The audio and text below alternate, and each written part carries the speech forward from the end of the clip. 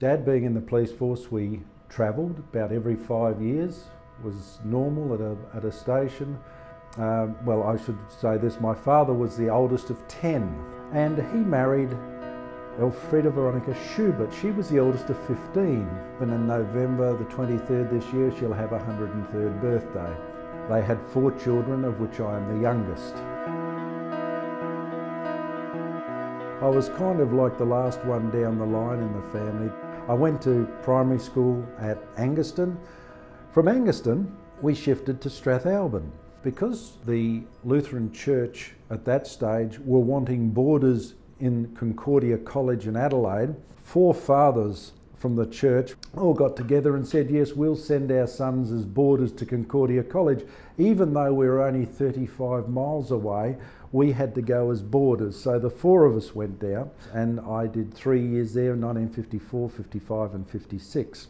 But academically, I am not the sharpest pencil in the pencil case. I decided that I wanted to broaden my horizons and see the world a bit. So I ended up going to Alice Springs in the early 60s, 62, and I worked for geologists up there. I also worked for the Northern Territory Administration as a mechanic. And while I was in Darwin, I met some very good friends from, in those days, Rhodesia, and I ended up emigrating to South Africa. So I landed in Durban, and I ended up going to sea as a ship's engineer. So I ended up as a 3rd ship's engineer working off the coast of South Africa.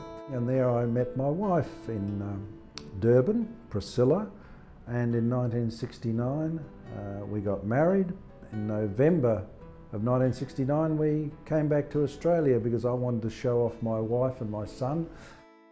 In those days, a motor mechanic qualified, with regardless of how much time he had, was getting about $60 a week gross. And with a family and trying to get ahead, it was rather hard. And then I joined the army. We were the fix-it men of the army. And we used to instruct or teach the national servicemen coming in and send them off to Vietnam. I was a regular, so they kind of pushed the national servicemen up first. I've enjoyed my life here in Murray Bridge. I've been, as I said, rather blessed with the life that I have been given, where I've travelled, where I've been. Now we're just to the stage of we have a caravan. My wife Priscilla hasn't seen much of Australia. So we're trying to travel a bit to see what it is.